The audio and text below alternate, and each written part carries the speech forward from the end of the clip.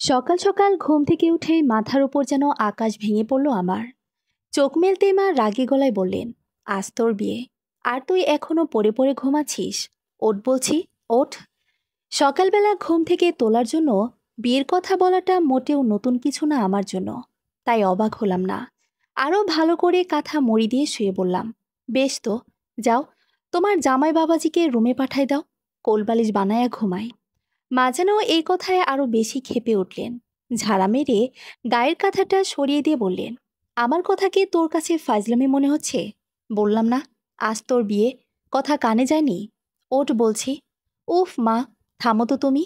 আজকে শুক্রবার, ভার্সিটি টিউশনি কিচ্ছু নাই, কোথায় একটু আরাম করে ঘুমাতে দিবা তা না, উল্টো বিয়ে নিয়ে জোক মারছো। যাও তো তুমি, আমাকে একটু ঘুমাতে দাও। বলে তার হাত থেকে কাঁথাটা উদ্ধার করে গায়ে মুড়িয়ে আরাম করে শুয়ে থাকলাম। মা কিছুক্ষণ কঠিন দৃষ্টিতে তাকিয়ে থেকে বললেন, তুই তাহলে উঠবি না? আচ্ছা, বেশ, তোর বাপ এসে দেখুক আগে, তারপর হচ্ছে। এই আমি গেলাম, আর একবারও ডাকতে আসবো না। বলেই মা দ্রুত পদক্ষেপে প্রস্থান করলেন। তার চলে যাওয়ার পরপরই চরম বিরক্তি নিয়ে থেকে উঠে বসলাম আমি। চোখ মুখ কুঁচকে বালিশের নিচ থেকে ফোনটা বের করে সময় দেখলাম, সবে 7টা বাজে। তাতেই কি নাকি এমন চিল্লাপেলা করে ঘুম থেকে তোলা? এর চেয়ে প্রতিদিনই তো আরাম করে ঘুমাতে পারি, রোজ উঠি 9টায়। আর আজ, ধ্যাত, মৌরি, ওঠোনি তুমি এখনো? ড্রয়িং রুম থেকে বাবার আওয়াজ কানে আসতেই বিরক্তিটার রাগে পরিণত হলো আমার। মা গিয়ে ঠিক ঠিক বাবার কাছে কথাটা বলেছে, এরা আমার আরামের ঘুম হারাম না করে ছাড়বেই না। উফ, অসহ্য। হুড়মুড় করে বিছানা থেকে নেমে ড্রয়িং রুমের উদ্দেশ্যে ছুটলাম। বাবাকে দেখে চেহারার রাগ বিরক্তি ধুয়ে মুছে স্বাভাবিকভাবে বললাম, আমাকে ডেকেছো বাবা? এখনো ঘুম থেকে উঠে ফ্রেশ হওনি? শ্বশুরবাড়িতে গিয়েও কি এমন করবে নাকি তুমি? সংসার তখন টিকবে তো? বাবা যেন ব্যঙ্গ করলেন। আমিও প্রত্যুত্তরে মৃদু হাসলাম। বাবার জোকসটা হাওয়ায় উড়িয়ে দিয়ে বললাম, এত সহজে তো তোমাদের ঘাট থেকে আমি নামছি না। অন্তত আরও 4-5 বছর তোমাদের হাড় জ্বালিয়ে তারপর বিদায়। বলেই হাসি হাসি মুখ করে চেয়ে থাকলাম।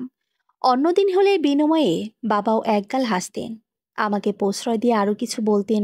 আমরা বাবা মেয়ে তখন হাসতাম, আর মা তখন সেটা দেখে রেগে বোম হয়ে থাকতেন।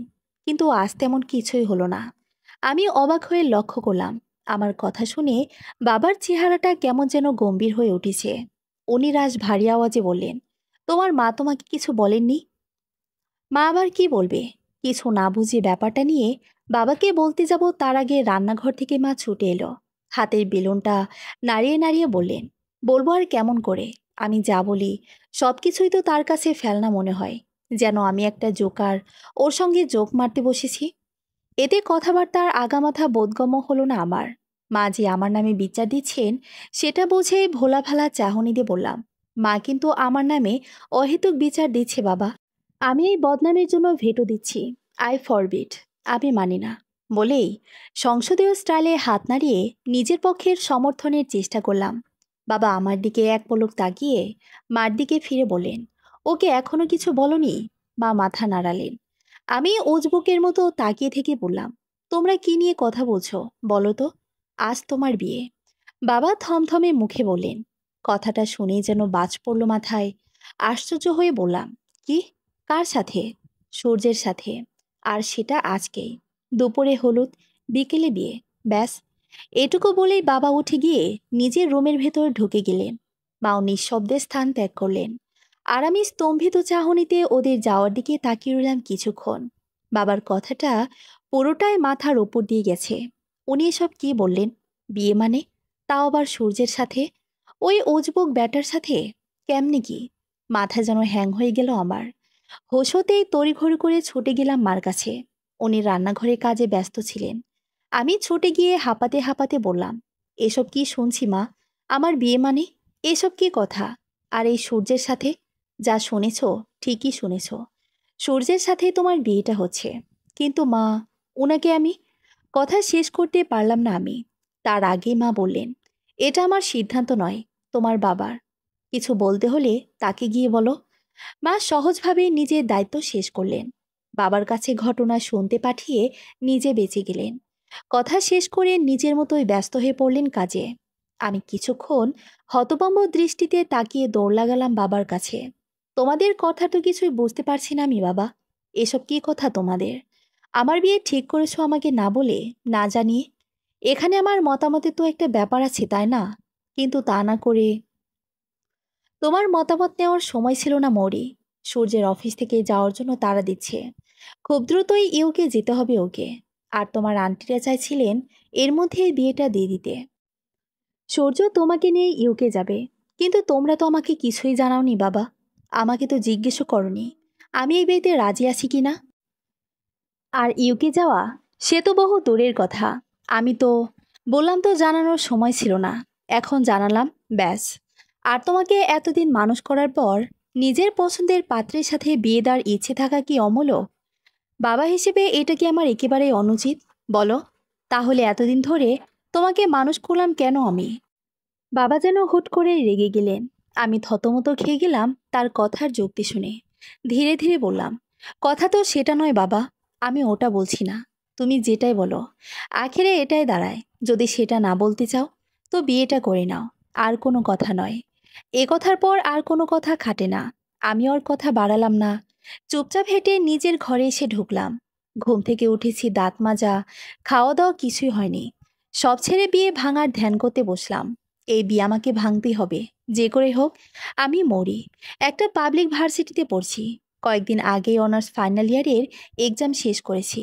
এখন আপাতত ফ্রি। খাওয়া দাওয়া, ঘুম, দু একটা টিউশনি, এ আমার ডেইলি রুটিন। তার মধ্যে কোথা থেকে যেন মা বাবা এই বিয়ের ভূত চাপিয়ে দিতে চাইছেন মাথায়। ধুর, ভাল লাগে না। এবার আসি ওই বদ ছেলেটার পরিচয়ে। নাম হলো ওয়াসিফ হাসান, নেকনেম সূর্য।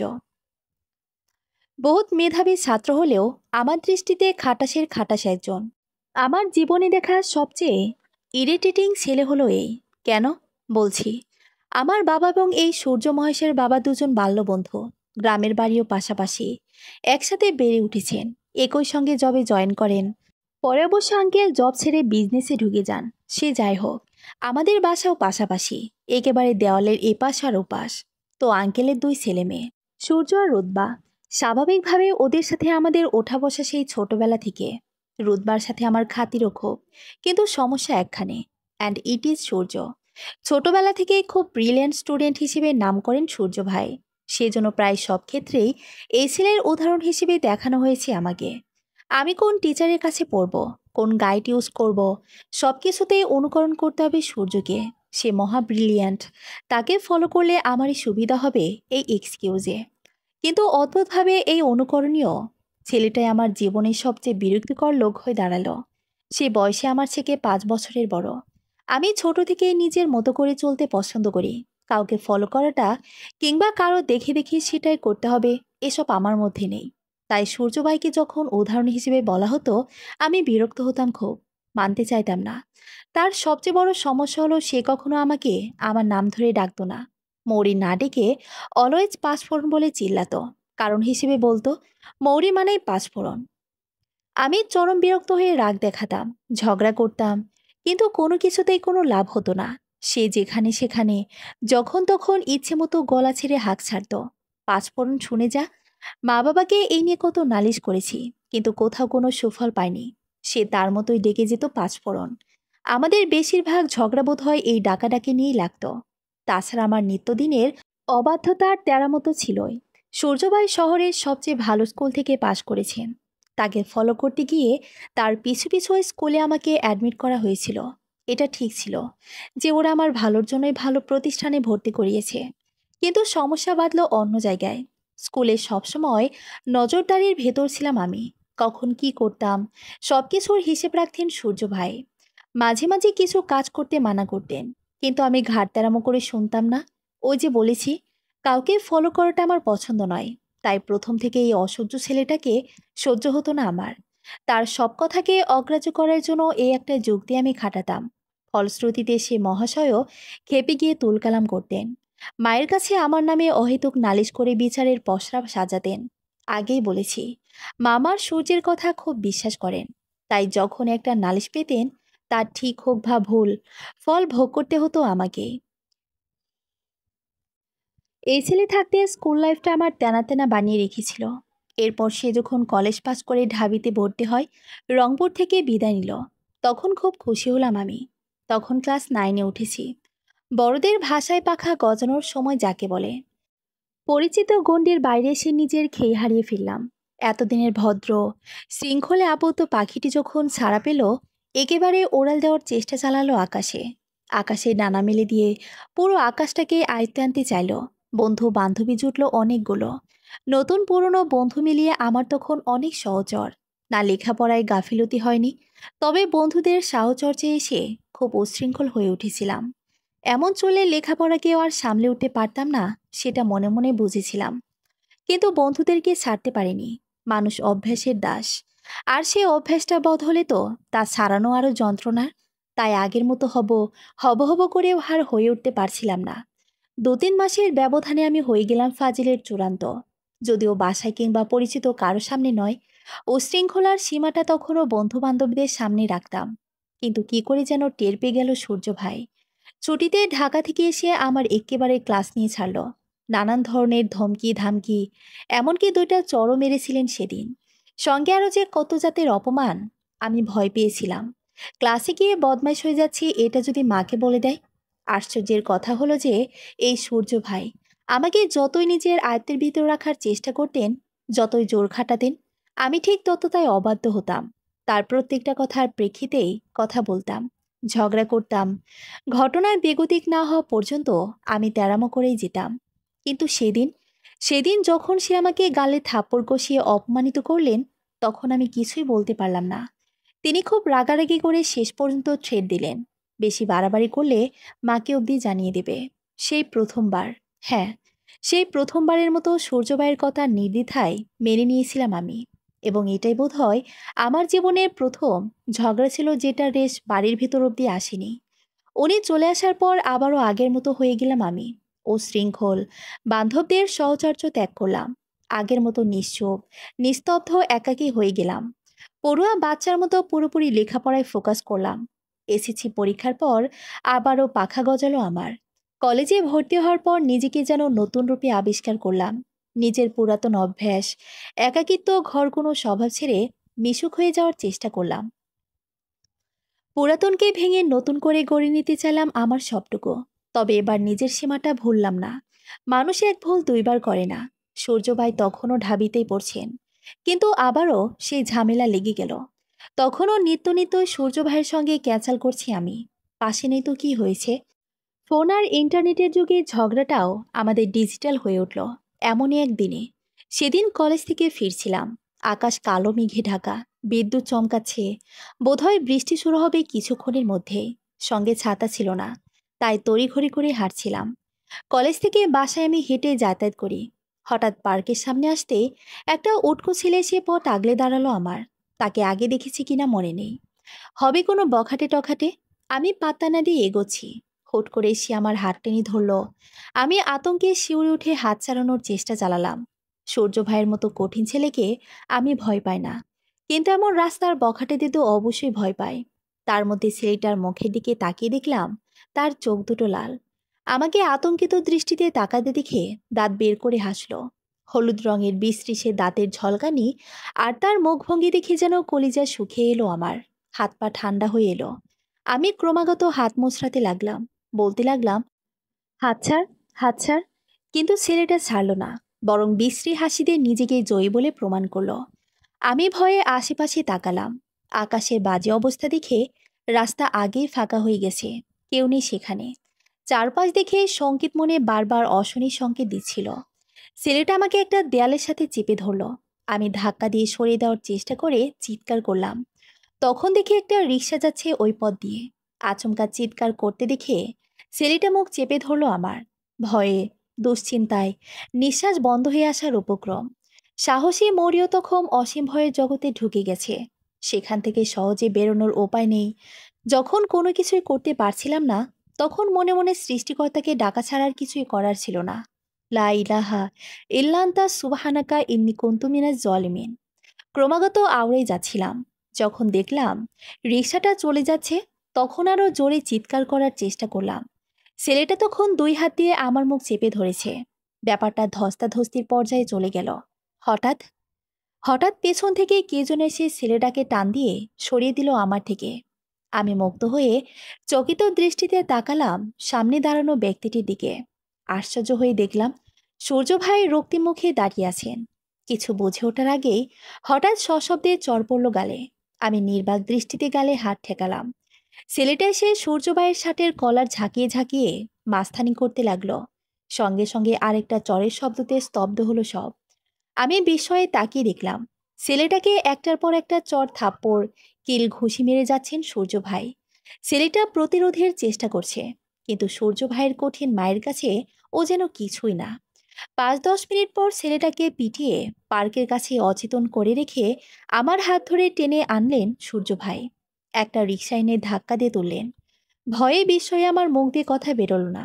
নির্বাক চাহনিতে তার মুখের দিকে তাকালাম। সে রাগে কাঁপছে যেন। রিকশায় আগে থেকে একটা লাগেজ আর ব্যাগ রাখা ছিল। বুঝলাম সূর্য ভাই আজই এখনই ঢাকা থেকে ফিরছেন। হয়তো পথে আমাকে দেখে উনিও রিকশায় ওঠার পরপরই মামা প্যাডেল ঘোরালেন। রিকশা চলতে লাগলো আর আমি মাথা নিচু করে বসে থাকলাম। সূর্য ভাই আমাকে কিচ্ছুটি বললেন না, জিজ্ঞেস করলেন না ঘটনা কি ছিল, কিছু জানতে চাইলেন না। শুধু তাচ্ছিল হেসে বললেন, বয়ফ্রেন্ড জুটিয়েছিস ভালোই, কলেজ ছেড়ে পার্কে বসে অসভ্যতামি, নেশাখোর মাতালের সাথে। হা। আমি চুপ করে রইলাম। জবাব দেওয়ার মতো পরিস্থিতি আমার তখন ছিল না। বাসায় এসে চুপচাপ ঘরে চলে এলাম। জানি না এই ব্যাপার নিয়ে সূর্য ভাই মায়ের কাছে কি কি বলেছে, কিন্তু এর পরিণতি খুব ভয়াবহভাবে প্রভাব ফেলল আমার জীবনে। মা বাবা দুজনেই রেগে আগুন হয়ে রইলেন। মা তো সরাসরি এসে মেরে ঘরবন্দি করে ফেললেন আমাকে। বাবা মারামারি করেনি ঠিকই, তবে কষ্ট পেয়েছিলেন খুব। আমায় ডেকে বলেছিলেন, আমার সারা জীবনে দেওয়া শিক্ষারের মূল্য দিবে তুমি? ভাবিনি কখনো। আমি লজ্জায় মাথা নিচু করে চলে এসেছিলাম। বাবার কথাটা গায়ে লাগেনি, বুকে এসে লেগেছিল। ইচ্ছে করছিল বাবার পা ধরে বলি, আমি কিছুই করিনি বাবা, বিশ্বাস করো। কিন্তু বলিনি, বলতে পারিনি। অজানা একটা অভিমানে মন ভারী হয়ে এসেছিল। সেটা কার ওপর জানে না। কেউ কিছু না বললেও আমি জেনে গিয়েছিলাম সেদিন ওখানে আমাকে আর ওই ছেলেটাকে দেখে সূর্য ভাই খারাপ কিছু ভেবেছিলেন। ভেবেছিলেন ছেলেটা আমার প্রেমিক। তাই হয়তো বাসায় এসে যা নয় তাই বলেছেন। সবটা মিথ্যে জেনেও প্রতিবাদ করতে পারিনি আমি, কারণ সেটা বিশ্বাসযোগ্য হতো না কারো কাছে। আর সূর্য ভাইয়ের ওপরও একটা ক্ষোভ জন্মালো আমার। আমরা ঝগড়া করতাম, মারামারি করতাম, কিন্তু তাই বলে কি সে আমাকে এতটা খারাপ ভাবলো? সে তো আমাকে একটু বেশিই চিনতো। আমি কোথায় কি করতাম সব জানতো। তাহলে এ ঘটনার পর একবারই বদলে গেলাম আমি। একেবারে নিস্তব্ধ, নিঝুম নির্জন দ্বীপ্রহরের মতো শান্ত হয়ে রইলাম। প্রায় ১ মাস ঘরবন্দি থাকলাম। অহেতুক অকারণ মায়ের সামনে যেতে ভয় পেতাম। নিজেকে গুটিয়ে ফেললাম পুরোপুরিভাবেই। সেই ঘটনার পর হঠাৎ কেন যেন আর সূর্য ভাইকে সহ্য করতে পারতাম না আমি। সে আমাকে বাঁচালো, সেজন্য কৃতজ্ঞ ছিলাম। কিন্তু বাড়িতে এসে যে যেটা করলো, তারপর আর তার প্রতি কোনো কৃতজ্ঞতা বোধ অবশিষ্ট রইল না। বরং চরম ঘৃণায় মুখ ফিরিয়ে নিলাম। সময়ের সাথে সাথে সবার সাথে সম্পর্ক ভালো হয়ে গেল আগের মতো। কিন্তু সূর্য ভাইয়ের সঙ্গে ভুলেও কথা বলতাম না আমি। অভিমান না ঘৃণায় জানি না, তবে কথা বলতে ইচ্ছে করতো না। একদিন বিকেলে ছাদের উপর একা বসে থাকার সময় সূর্য ভাই এলেন। খানিকক্ষণ চুপ করে থেকে সরি বললেন। আমি মুখ ফেরালাম। সে পুরনো কথাটা তোলে, ঘটনার আদি অন্ত বলল। নিজের ভুলটা দেখিয়ে মাপ চাইল। সহজে না মানলেও একসময় মেনে নিলাম। সম্পর্কটাও ধীরে ধীরে আগের মতো হয়ে এলো। আগের মতো ঝগড়াঝাঁটি, মারামারি নিত্যদিনের অভ্যাস। আবার আমার লাইফে হস্তক্ষেপ শুরু হলো সে। এইচএসসি পাশের পর পাবলিক ভার্সিটিতে চান্স পেলাম, ভর্তি হলাম। ততদিন তার লেখাপড়া শেষ। একটা প্রাইভেট ভার্সিটিতে লেকচারার হিসেবে জয়েন করেছে। সম্পর্ক আগের মতোই সাপে নেউলে, কেউ কাউকে দেখতে পারি না। কথা হচ্ছিল তার পিএইচডি নিয়ে। সূর্য ভাই পিএইচডি করার জন্য বিদেশে যাবে। ফর্মালিটিস কমপ্লিটের আগে ১ মাসের জন্য ইউকেতে গেলেন। আমি আবারও ছাড়া পেলাম, আবারও ঝামেলায় জড়িয়ে গেলাম। এটা আমার এক্সামের কয়েকদিন আগের কথা। এক সিনিয়র ভাই নাকি আমাকে পছন্দ করে, এরকম বলছিল আমার বান্ধবীরা। ছেলেটার নাম হলো অর্ণব। তার বাচ্চাদের মতো কিউট ফেসটা দেখলে মনে হয় না সে মাস্টার্সে পড়া ছেলে। ব্যবহারে খুব মার্জিত, খানিকটা লাজুক। তো এই লাজুক লাটুক ছেলেটা নাকি আমাকে পছন্দ করে। বান্ধবী মারফতে খবর সে নিজেই জানিয়েছে। সামনাসামনি কিছু বলেনি, ডিরেক্ট যেহেতু কিছু বলেনি, তাই আমি ওর পাত্তা দেইনি।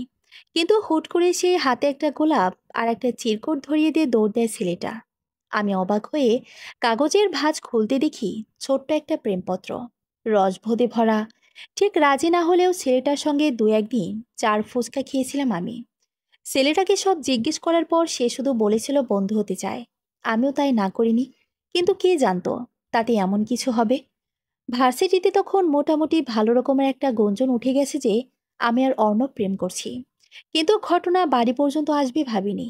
সূর্য ভাই যে তখনও আমার পেছনে লোক লাগিয়ে রেখেছেন তা কি আমি জানতাম? ফিরে এসে আমাকে ডেকে পাঠালেন। সেভাবে জিজ্ঞেস করলে না কিছুই, শুধু ধমক দিয়ে বললেন, ভার্সিটিতে কি প্রেম করতে যাস ছাগল? এতগুলো বাস খেয়েও স্বাদ মিটল না? আমি গাল ফুলিয়ে বলেছিলাম, বাসটা তো আপনিই দিয়েছিলেন, সেখানে কি কোনো দোষ ছিল আমার? সে কথার জবাব না দিয়ে বলেছিল, তুই আর ওই অর্ণবের সামনে অবধি যাবি না। যদি গিয়েছিস তো তো আঙ্কেলকে বলে রিক্সাওয়ালার সাথে বিয়ে দিয়ে দেব তোর। এ, বললেই হলো? বিয়ে কি এত সোজা? করব না আমি বিয়ে, আর অর্ণবের সাথেই প্রেম করব। আপনি দেখে নিন, দেখা যাবে। ঝগড়ার পরিসমাপ্তি ঘটিয়ে যে যার কাজে চলে যায়। আমি তার কথাকে পাত্তা না দিয়ে বরাবরের মতো তেরামো করলাম। ভার্সিটিতে গিয়ে অকারণেই অর্ণবের সাথে দেখা সাক্ষাৎ করতাম, ফুচকা চটপটি খেয়ে বেড়াতাম। উদ্দেশ্য ছিল সূর্য ভাইকে রাগিয়ে দেওয়া। কিন্তু সূর্য ভাই যে কি সাংঘাতিক সেটা আগে বুঝিনি। সে কি করলো? প্রথমে অর্ণবকে বেনানি চিঠি দিয়ে ঠেট দিল। তারপর হঠাৎ করেই একদিন অন্ধকারে পিঠিয়ে পা ভেঙে দিল। আমি খবর পেয়ে দৌড়ে গিয়ে দেখি হসপিটালের বেডের ওপর ঠ্যাং ঝুলিয়ে পড়ে আছে অর্ণব। কাতরাচ্ছে একটু পরপর। জিজ্ঞাসা করলাম, কি করে হলো? সে মাথা নাড়িয়ে বলল, বন্ধুর বাইকে যাচ্ছিলাম, অ্যাক্সিডেন্ট করেছি। বিশ্বাস না হলেও করলাম। অর্ণবের প্রতি প্রেম দেখিয়ে সেবা করতে গেলে ছিটকে সরে গেল সে। আতঙ্কে লাফিয়ে উঠে বলল, এই এই, এসো না তুমি, যাও এখান থেকে। আমি অবাক হয়ে আরো কাছে ঘেঁষতেই সে এক প্রকার ভয়ে ছিটিয়ে গেল দেওয়ালের সাথে। নেহাত পা ভাঙা, নয়তো ছুটেই পালাতো নিশ্চয়ই। আমি কিছু বলার আগেই সে কাটকাট ভাষায় বলল, তোমার সাথে আর কোনো সম্পর্ক নেই আমার মৌরি। আমি ব্রেকআপ করছি। আমি অবাক হলাম। সম্পর্ক তো কিছু ছিলই না। সে তবে ব্রেকআপের কথা কেন বলছে? ঠিক তখনই তার অ্যাক্সিডেন্টের কথা বিশ্বাস করতে গিয়েও করলাম না। বুঝলাম, ভেতরে ভেতরে কলকবজে কেউ নাড়িয়ে দিয়েছে। আর সেই ব্যক্তিটি সূর্য ছাড়া আর কেউ নয়। রাগে ছুটে গেলাম সূর্য ভাইয়ের কাছে। কঠিন ভাষায় শুধালাম, অর্ণবকে পিটিয়েছে কে? সে নীরব, নির্বিকার থেকে বলল, আমি কি তা জানি? ও আমার কোনো পাকা ধানে মই দিয়েছে যে আমি ওর পা ভাঙব? সত্যি পিটাননি? তাহলে আপনাকে কে বলল যে অর্ণবের পা ভেঙেছে? সরু চোখে তাকালাম।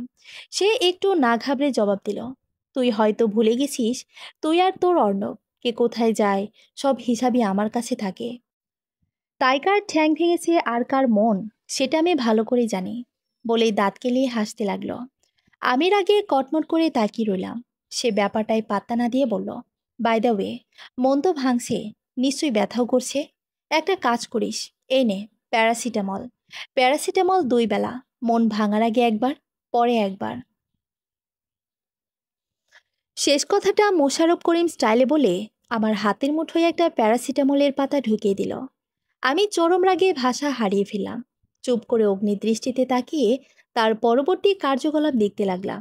সে হেসে হেসে বলল, সরকারি হসপিটালের প্যারাসিটামল, বুঝেছিস? কাজ করবে ভালো। এজন্য 10 টাকার ক্রিকেট কেটে হসপিটালের রোগীর লাইনে দাঁড়িয়েছিলাম, শুধু তোর জন্য। আফটার অল, আমার পাঁচফোড়ন ছ্যাঁকা খেয়ে মন ভেঙে ফেলেছে, তাই আর কি। দাঁড়িয়ে থেকে তার আজাইরা প্যাচাল শুনতে আর ভালো লাগলো না। হাতের প্যারাসিটামলের পাতাটা ছুঁড়ে ফেলে দিয়ে গটগট করে হেঁটে চলে এলাম। আসার সময় শুনতে পেলাম সে চিৎকার করছে, আমার তো কষ্টের তুই মূল্যই দিলি না পাঁচফোড়ন।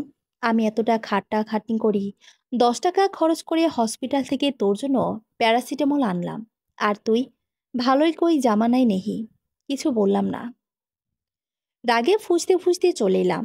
সূর্য ভাই ফিরে আসতেই তার বাড়ির সবাই তার বিয়ের জন্য তাগাদা দিতে লাগলো। কিন্তু সে সাফ সাফ না করে দিয়ে বসে রইল। ঘটনা যখনই, তখন তাদের বাড়িতে দিয়ে আন্টির কান ভাঙানি দিলাম আমি নিজেই। বললাম, ছেলে বিদেশে যাচ্ছে, বিয়ে শাদী করেনি, কোনো বিদেশি মেয়েকে দেখে পটে গেলে তখন আর দেশে ফিরবে? তখন তোমরা বাসায় বসে বসে শুধু ছেলের কথা ভেবে দুঃখ বিলাস করো, আর কিছু করতে হবে না। আমার এই কথাতে বোধ হয় কাজ হয়ে গেল। আন্টি একেবারে নাছর বান্ধার মতো জেদ ধরলেন সূর্য ভাইকে বিয়ে দিয়ে ছাড়বেন। খবর শুনে তখন আমি খুশিতে নাচছি। এতদিন পর সূর্য নামক বরটা আমার ঘাড় ছেড়ে নামবে। মনে মনে অভিশাপ দিলাম, বিয়ে কর না কর, খুঁজে খুঁজে এমন বউ আনবো যে তুই আর দম নেওয়ার সময় পাবি না। বউ যদি তোকে নাকে দড়ি দিয়ে না ঘুরাইতো, ইত্যাদি ইত্যাদি। নানা ভাবনা ভেবে নিজে নিজে আনন্দিত হলাম। কিন্তু তলে তলে যে কলকাঠি নাড়ল সে আল্লাহ ভালো জানেন। দুদিন আগে আমাকে ডেকে থ্রেড দিয়েছিল, তুই আমার আম্মুর কাছে গিয়ে কি কথা লাগিয়েছিস যে সে আমাকে বিয়ে দেওয়ার জন্য উতলা হয়ে উঠল। আমি খুশিতে দাঁত কেলিয়ে বলেছিলাম, কি যে বলেন না সূর্য ভাই, আমি তো শুধু বলেছি ছেলে বড় হয়েছে, বিয়ে দিয়ে দাও। ভুল কিছু বলেছি নাকি? আপনার তো আরও খুশি হওয়ার কথা। বিয়ে করছেন, ঘরে বউ আসে, কয়েকদিন পর বাচ্চা কাচ্চা হবে। আহা, খুব মজা না? আমাকে ফাঁসিয়ে খুব আনন্দ হচ্ছে। ঠিক আছে, আমিও দেখব কোথাকার জল কোথায় গড়ায়। বলেই গটগট করে হেঁটে স্নান করল। আর আমিও খুশিতে নাচতে নাচতে নিজের বাসায় এলাম। এর ঠিক দুদিন পর আজ আমার বাসায় বিয়ের কথা চলছে। বলা হচ্ছে আমার বিয়ে নাকি ওই বরটার সাথে। আর আমি এত সহজে সেটা মেনে নেব? কেউ না জানুক, আমি তো জানি এই বদ ছেলেটার পেটে পেটে কি বুদ্ধি। সে যে রিভেঞ্জের জন্যই বিয়ে করছে সেটা আমি ভালো মতন বুঝতে পারছি। অর্ধেক জীবন আমার ওপর দিয়ে শোষণের রোলার কোস্টার চালিয়ে স্বাদ মিটেনি, বাকি জীবনও জ্বালাতে চাচ্ছে। হুঁ, এত কিছুর পরও কি ওর মতো হারে বজ্জা ছেলেকে বিয়ে করা যায়? ওর মতো ইরিটেটিং ডিসকাস্টিং ছেলেকে বিয়ে করে কে নিজের পায়ে কুড়াল মারতে চাইবে? আমি তো অবশ্যই নই। সো এই বিয়েটা আমাকে ভাঙতে হবে। ভাবতে ভাবতে এই ঘর থেকে বেরিয়ে এলাম। না খাওয়া ছেড়ে আমি এখন ছুটছি সূর্য ভাইদের বাড়ির দিকে। কলিং বেল বাজাতেই রুতবা দরজা খুলে দিল। আমাকে দেখে চাপা হাসি দিয়ে বলল, আরে মৌরব্বি, বিয়ে না হতে শ্বশুরবাড়ি চলে এলে? বাহ, ভালো তো। আরেকটু অপেক্ষা করতে বিকেলের জন্য। একেবারে ব্যাক অ্যান্ড ব্যাকেজ তুলে আনতাম, বলে দুষ্ট হাসল। সে কথায় বিরক্ত হলে প্রকাশ করলাম না। খুব মিশ্রিত হাসি দিয়ে বললাম, কি আর করব বলো, তোমরা এমন মানুষ যে বিয়ের কনেকে না বলেই তার বিয়েটি ঠিক করে ফেলেছ। ভাগ্যিস সকালে জানলাম, নয়তো দেখা যেত বিকেলে একেবারে বিয়ের আসরে কাজে এসে বলতো বলো কবুল, তখন কি হতো ভাবো তো। রোদবা আমার কথা শুনে ঠোঁট প্রসারিত করে হাসল। সে আমার কথার আড়ালে আবডালে লুকিয়ে থাকা ক্ষোভটা ধরতে পারেনি। আমার কাঁধে চাপড় মেরে বলল, তখন তো আসল মজাটাই হতো আপ্পি। হেভি একটা সারপ্রাইজ হয়ে যেত তোমার জন্য। বলেছে তোমায় দেখা যেত, ভয় আমার হার্ট অ্যাটাক ফাটাতে কিছু একটা হয়ে যেত। ও, আমি গাল ফোলালেই রুদবাই হেসে হেসে আমাকে টেনে ধরে রুমে নিয়ে চলল। কিছুক্ষণ পর হঠাৎ সিরিয়াস হয়ে বলল, কিন্তু আপ্পি, আমি কিন্তু তোমার ওপর খুব রাগ করেছি। কেন? ভ্রুকুচকে শুধালাম। এই যে তুমি আর ভাইয়া লুকিয়ে লুকিয়ে এতদিন ধরে প্রেম করেছ, কই আমাকে তো বলনি। আমি আরও ভেবেছিলাম তুমি যখন প্রেম করবা তখন জিজুর কাছ থেকে আচ্ছা সেই টাকা হাতে নেব। ওদিকে ভাইয়ার জন্য ভেবে রেখেছিলাম ওর নামে নালিশ দিয়ে ভাবির কাছে একবার টাকা নেব, আবার ভাবির ভয় দেখিয়ে ওর কাছ থেকে আরেকবার নিব। আর তোমরা দুজন কি করলে? আমার ৩ পাশ দিয়ে টাকা আসার রাস্তা ফুরুত করে নষ্ট করে দিয়ে একেবারে বিয়ের কথা বললে। এটা কি ঠিক হলো বলো আপ্পি? তুমি আমার সাথে এটা করতে পারলে? রুদবা কেমন দুঃখী দুঃখী গলায়, মানুষের গলায় বলে আমার দিকে তাকালো। আমি অবাক হয়ে ওর কথা শুনলাম। ও এসব কি বলল? প্রেম করেছি? তাও আবার আমি আর সূর্য? আমি কি বাংলাদেশে না মহাকাশে? ওরে, কে কোথায় আছিস ধর রে আমায়। আমার মাথায় চক্কর দিচ্ছে। ওকে কোনো মতে সামাল দিয়ে চুপি চুপি সূর্য ভাইয়ের ঘরের দরজায় এসে দাঁড়ালাম। দরজা বন্ধ না, ভেজিয়ে রাখা। আলতো হাতে টোকা দিতেই খুলে গেল। বিছানায় সূর্য ভাই শুয়ে আছেন, গায়ের উপর একটা কাঁথায় এলোমেলো করে ছড়িয়ে রাখা। সে অপুর হয়ে শুয়ে ঘুমাচ্ছে। ঘরে ঢুকতে অস্বস্তি লাগলো আমার, কিন্তু ঘরে তো ঢুকতেই হবে। এই বিয়ের একটা হেস্তনেস্ত না করে তো আমি বাড়ি যেতে পারি না। সো যে করেই হোক আমাকে যেতে হবে। অস্বস্তি নিয়ে রুমে ঢুকে পড়লাম। বিছানার কাছে গিয়ে দাঁড়িয়ে মৃদু গলায় ডাক দিলাম, সূর্য ভাই, সূর্য ভাই, ওঠেন প্লিজ, আপনার সাথে আমার জরুরি কথা আছে। ভালো করেই ডাকলাম, কিন্তু ওপাশ থেকে কোনো জবাব দিল না। আমি আরও একবার একইভাবে ডাকলাম, তাতেও যখন সাড়া দিল না, তখন অনেকটা বাধ্য হয়ে এগিয়ে গিয়ে তার কাজ ঝাঁকিয়ে ডাকলাম, সূর্য ভাই, শুনছেন? ও সূর্য ভাই, কানের কাছে সারাদিন ভাই ভাই বলে বলে জ্বালাস না তো, যা এখান থেকে। সে ঘুম ঘুম কণ্ঠেই জবাব দিল, চোখ এখনো মেলেনি, তাহলে কি সজ্ঞানে বলল? কিন্তু আমি তো সারা জীবন সূর্য ভাই বলে ডেকে এসেছি, কোনোদিন কিছু বলিনি। তাহলে হঠাৎ? সে যাগ্যে। আমি আবারও ডাকলাম, আপনি কি উঠবেন প্লিজ? দেখেন, আমি কিন্তু আজ আর পেঁচাল পাড়তে আসিনি। আপনি একটু ওঠেন, আমার কথা শুনেন, তারপর আমি চলে যাচ্ছি। ওঠেন প্লিজ। কিছুক্ষণের মধ্যেই সে নড়েচড়ে উঠল। ঘুম ঘুম চোখ কসলাতে কসলাতে বেডসাইড টেবিলের ওপর থেকে চশমা তুলে নিল। সেটা চোখে পড়তে পড়তে বলল, তুই এত সকালে আমার ঘরে? কোন দুঃখে? কণ্ঠে তার হাজারো বিরক্তি। আমিও বিরক্ত হয়ে বললাম, গুরুত্বপূর্ণ কথা বলতে এসেছি, না হয় আমার ঠেকা পড়েনি। লম্বা ভূমিকা না বলে আসল কাহিনী বল, বলে ফুট এখান থেকে। আমার ঘুমটা ঢং দেখে মনে হচ্ছে যেন তাকে এই সময় ডাকতে এসে মহাভারত অশুদ্ধ করে ফেলেছি আমি। ন্যাকা, নিজে যে আমার ঘুম শান্তি সব হারাম করে বসে আছে, তার বেলা। রাগ হয়ে তার দিকে একেবারেই ঝুঁকে পড়লাম আমি। মুখের কাছে মুখ এনে দাঁতে দাঁত চেপে বললাম, খবরদার, একদম ন্যাকামো করবেন না। আমি তো শুধু আপনার ঘুম ভাঙিয়েছি। আর আপনি? ঘুম থেকে উঠে মাথার উপর আকাশ ভেঙে পড়েছে, এসব শুরু করেছেন কি আপনি? হ্যাঁ, কিসের বিয়ে? কিসের কি? আমার কথা শেষ করতে দিল না সে। চোখ মুখ কুঁচকে তাকিয়ে বলল, সকালে ব্রাশ করেছিলি তুই? সিরিয়াস মোমেন্টে এই আজীব কোয়েশ্চেন শুনে মেজাজ বিগড়ে গেল আমার। খিটমিট করে উঠলাম, না, এই জন্যই, এই জন্যই এই বিশ্রী গন্ধটা আসছে। ছি, পাঁচফোড়ন, ছি। তুই ঘুম থেকে উঠে ব্রাশ না করে আমার বাসায় এসেছিস? ছি, গন্ধে আমার বমি আসছে। অর্থ বলেই মুখটা বিকৃত করলো। সকালে ব্রাশ করিনি কথা সত্যি, কিন্তু গন্ধ তো হওয়ার কথা না। কিন্তু এরকম করছে কেন? হঠাৎ নিজের কাছে নিজেই বিব্রত হয়ে গেলাম। ডান হাতটা মুখের কাছে এনে ভাবটা বোঝার চেষ্টা করলাম, কই না তো। তাহলে কিছুক্ষণ আবালের মতো চেয়ে থাকতে থাকতে ব্যাপারটা মাথায় ঢুকলো। এই পোল্টিবাজ ছেলে এখন পোল্টি মারার জন্য কথা ঘোরাচ্ছে, চেষ্টা করছে আজাইরা কথা বলে আমার মাথা থেকে আসল কথাটা বের করে দিতে। সবসময় এমন আজাইরা কাজ করে সে, সবটা সময়। ভাবতেই মুহূর্তে চিরবির করে উঠল রাগটা।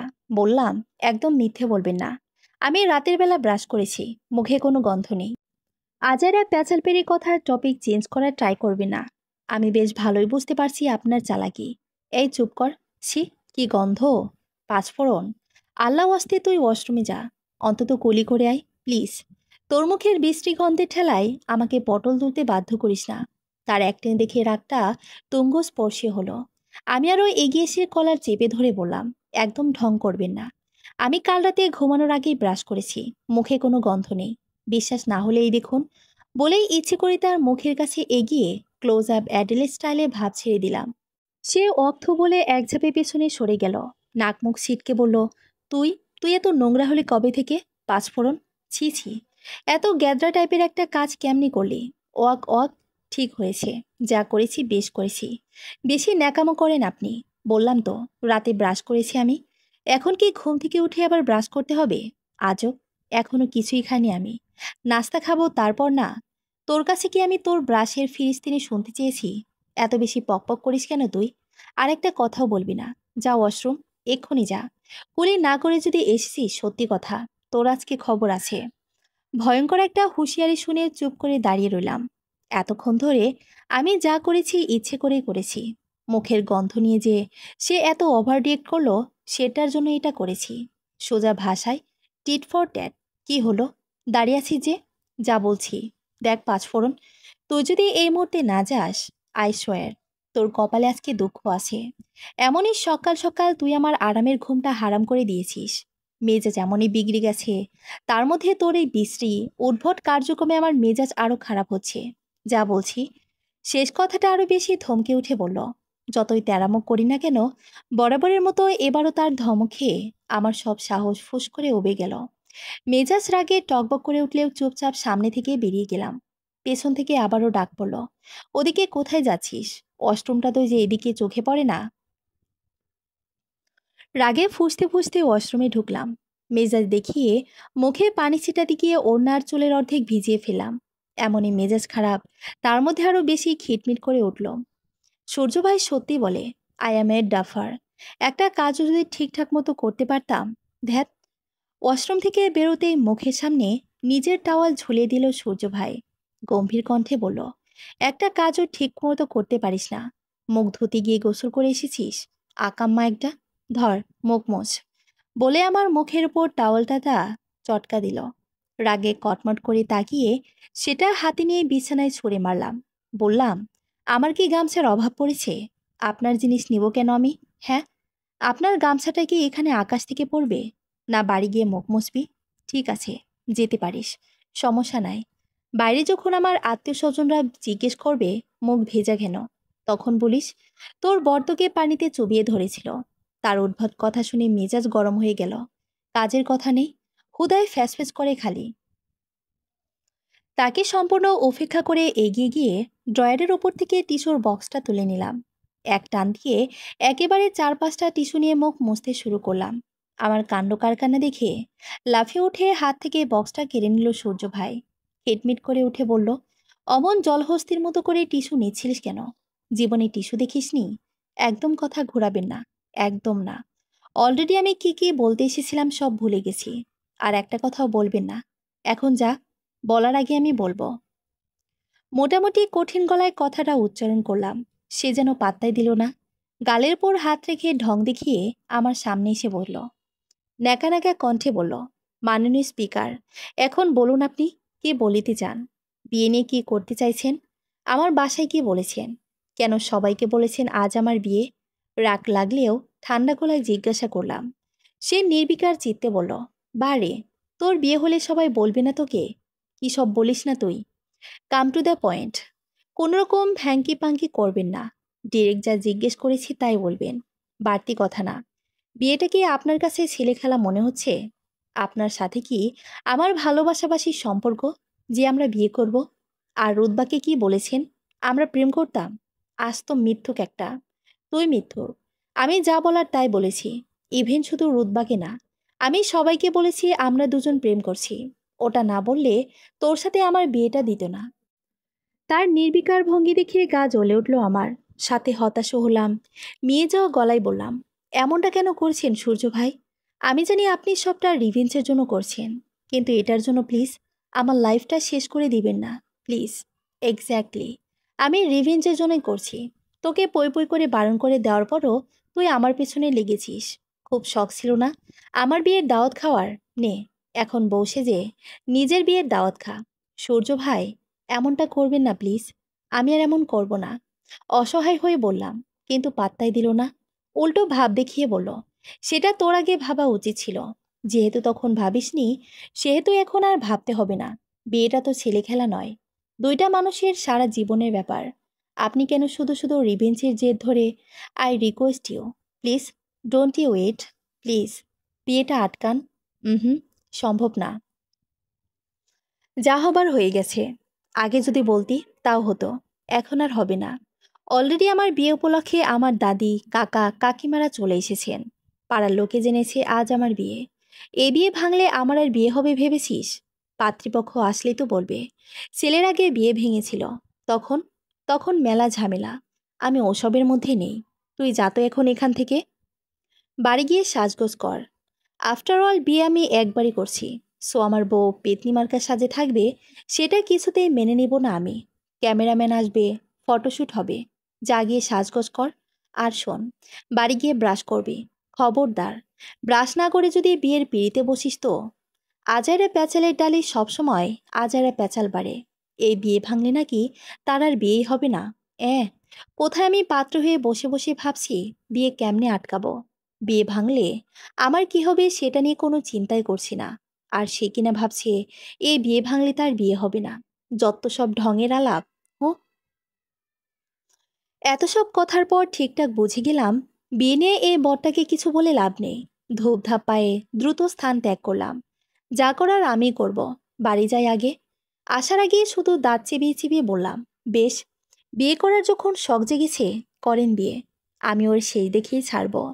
বিয়ে যদি সত্যি সত্যি হয়ে যায়, আপনার জীবন আমি তেনা তেনা করে যদি না ছেড়েছি, কে কার লাইফ তেনা তেনা বানায় না ছেঁড়া ছেঁড়া বানায় দেখা যাবে। বাড়িতে ফিরে দেখি ফ্ল্যাটের দরজা হাট করে খোলা, যেমনটা রেখে গিয়েছিলাম। ভেতরে ঢুকে জোরে শব্দ করে দরজাটা লাগিয়ে দিলাম। শব্দ শুনে ছুটে এলো মা। রাগে রাগে কণ্ঠে বলল, আরেকটু জোরে শব্দ করতে পারিসনি? আর একটু জোরে করতি। লোকে জানতো আমার বাড়িতে তোর মতো একটা ডাকাত মার্কা মেয়ে আছে।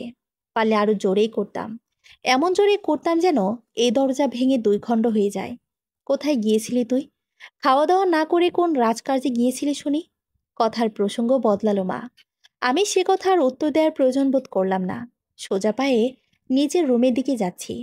তখনই মা আরেকবার বলল, যত যাই কর, বিয়েটা আজকেই হচ্ছে। আমি জানি সূর্যের সাথে তোর প্রেম টেম নেই, ও মিথ্যে বলেছে। কিন্তু তারপরে এই বিয়েটা হচ্ছে, তাই এত গাল ফুলি রেখে কোনো লাভ নেই, বুঝেছিস? ডাইনিংয়ে খাবার আছে, খেয়ে নে, বলে আর দাঁড়ালেন না। নিজের কাজে ব্যস্ত হয়ে পড়লেন। আমি মোটামুটি অবাক হয়ে শুনলাম তার কথা। মা জানে সূর্য ভাইয়ের সাথে আমার সম্পর্ক নেই, তবুও কেন? সে কথা ভাবতে গিয়ে মনে হলো আমার ভয়ঙ্কর খিদে পেয়েছে। লোকে বলে চরম দুঃখের সময় খিদে কষ্ট মানুষের মনে থাকে না, কিন্তু আমার মাথার উপর যখন বিয়ের হাজার টেনশন, তখনও খিদেই পেট অস্থির। উফ, কেন এই খাওয়ার সিস্টেমটাই পৃথিবী থেকে উঠে যায় না? খাওয়া দাওয়া সেরে রুমে এসে বসেছি।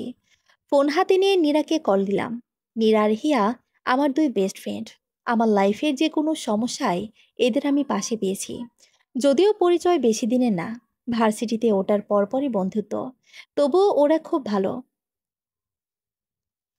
প্রথমবার কল রিসিভ হলো না। ব্যস্ত হয়ে অনলাইনে মেসেজ দিলাম, ফেসবুক, ইনস্টা, হোয়াটসঅ্যাপ সব জায়গায় টেক্সট পাঠালাম, নো রেসপন্স। বাধ্য হয়ে হিয়ার কাছে কল দিলাম। এর তো আরও খবর নেই, ফোন বন্ধ করে রেখেছে। উফ, আমার এই চরম বিপদের সময় এরা লাপাত্তা হলো কেন? ঠিক 10 মিনিট পর নীরা কল ব্যাক করলো। ফোন রিসিভ করতে চরম বিশ্রী কিছু গালি উপহার দিয়ে বলল, বজ্জাত মাইয়া, বিয়ের দিনে বররে কল দেওয়া বাদ দিয়া আমারে কল দেশ কেন? আজব, একটু শান্তিতে ঘুমাবো তোর জ্বালায় তাও হবে না। এমনিতেই কাল রাতে ঘুমাই নাই, তোরে কি আমি ঘুমাইতে নিষেধ করছিলাম? আমারে দোষ দিস কেন? আর বিয়ের কথা তোরে কে কইল? ভ্রু কুচকে জিজ্ঞাসা করলাম, কে আবার? আমার হ্যান্ডসাম জিজু বলেছে। তুই যে কিপটার কিপটা, তাতে তো মনে হয় না দাওয়াত দিতি। যাই হোক, সূর্যভাই দিয়ে দিছে, আমি সময় মতো চলে আসব, সমস্যা নাই। নীরার কথা শুনে ঠিক কি রিয়াকশন দেব ভেবে পেলাম না। ইচ্ছা করলো চর দিয়ে ফাজিলটার দাঁতগুলো সবগুলো ফেলে দেই। সাথে রাগ উঠল সূর্যভাইয়ের ওপর। যদি একবার বাগে পাইতাম। উফ, এখন এইসব রাগারাগি করে লাভ নেই। এখন এই বিয়েটা ভাঙার জন্য হেল্প লাগবে আমার, আর সেটা নীরাই করতে পারবে। তাই সুর বদলে নরম গলায় বললাম, নীরা শোন, তোর সাথে আমার জরুরি কথা আছে। তুই কি একটু আমার বাসায় আসতে পারবি? প্লিজ দোস্ত, একবার আয়। আরে আসবো তো, তোর বিয়েতে আমি না আসলে হয়? একটু পরেই চলে আসবো। কেবল তো ঘুম থেকে উঠলাম, একটু ফ্রেশ হয়ে নাস্তা সেরে তারপর আসি। তুই বুঝতে পারছিস না ইয়ার, আমি যথেষ্ট প্যারার মধ্যে আছি। তুই এখন না আসলে বলে বোঝাতে পারবো না। প্যারার মধ্যে থাকবি না তো কি? বিয়ের কোণের প্যারা থাকবে না? ফেসিয়াল, সাজগোজ, খাওয়া দাওয়া কত কিছু। শোন, টেনশন নিস না, সুন্দর করে ফেস প্যাক লাগিয়ে বসে থাক। গোসল করে শ্যাম্পু দিয়ে ভালো করে চুল ধো, তারপর ওয়েট কর, আমি আসতেছি। একসাথে পার্লার যাব, বুঝছিস? হিয়ারেও আনতাছি। আর পারলে এখনই সারাদিনের খাওয়া খেয়ে নে। পার্লারে ছোটাছুটি করতে গিয়ে খাওয়া খাওয়া কিছুই হবে না। অবশ্য সমস্যা নাই, বিয়ের দিন কোণে না খেয়ে থাকলে কিছুই হয় না। রাতের বেলা বরের আদর খেলে। নীরার কথা শেষ করার আগেই কলটা কেটে ফোনটা চটকা মেরে দিলাম। কপাল করে এমন বান্ধবী পেয়েছি, যে কিনা বিপদে বন্ধুর সাহায্য করা বাদ দিয়ে উল্টো আজাইরা কথা নিয়ে বসে আছে। রাগে হাত পা ছড়ে কাঁদতে ইচ্ছে করছে। বিছানার উপর চিটপটাং হয়ে শুয়ে মনের দুঃখে আফসোস করতে শুরু করলাম। আহারে, এই জীবন, এই জীবন দিয়ে আমি কি করব? আমি মইরা যামো রে, মইরা যামো। বসে বসে দুঃখ বিলাস করছি। হঠাৎ মাথার ভেতর একটা বুদ্ধি যেন উকি দিল। মোটু পাতলো কার্টুনের পাতলুর মতো করে আইডিয়ার 100 ওয়াটের বাল্ব জ্বলে উঠল। লাফিয়ে উঠে নিজে নিজে বললাম, আরে, আমি কি জরি না, শকিনা নাকি, যে আমার এই ধৈরা বিয়ে দিতে চাইলে আমি বিয়ে করব? অসম্ভব। আই এম মৌরি। এই মৌরি ভাঙবে তবু মচকাবে না। দরকার হয় পালিয়ে যাব। ইয়েস, আমি পালিয়ে যাব। যাব মানে যাবই। ভেবে লাফ দিয়ে উঠে আলমারির কাছে গেলাম। কিছু কাপড় চোপড় নিয়ে একটা ব্যাগে ভরে নিলাম, সাথে টাকাও। শুধু একটা 3 পিস পরে ফেললাম। এটা পরেই যাব। কিন্তু এখন একটা বোরকা দরকার। বোরকা পাই কোথায়? চুপি চুপি পায়ে মায়ের ঘরে উকি দিলাম। মা কিংবা বাবা একজনও ঘরে নেই। মা সম্ভবত রান্নাঘরে, আর বাবা বাজারে টাজারে কোথাও একটা গেছে। আমি কোনো কিছু না ভেবেই আলমারির ভেতর থেকে মায়ের আদিমকালের একটা বোরকা বের করলাম, যেটা মা এখন আর ইউজ করে না। সাথে একটা শাড়িও নিয়ে নিলাম, সেটাও পুরনো। কারণ নতুন জিনিসের খোঁজ মানুষ নেয়, পুরনোটা নয়। মা যদি এটাই খোঁজ করে যে আমি কি পরে পালিয়েছি, সেটাও বলতে পারবে না। চলবে। পরবর্তী পর্ব পড়ার আমন্ত্রণ হলো সবাইকে। ধন্যবাদ।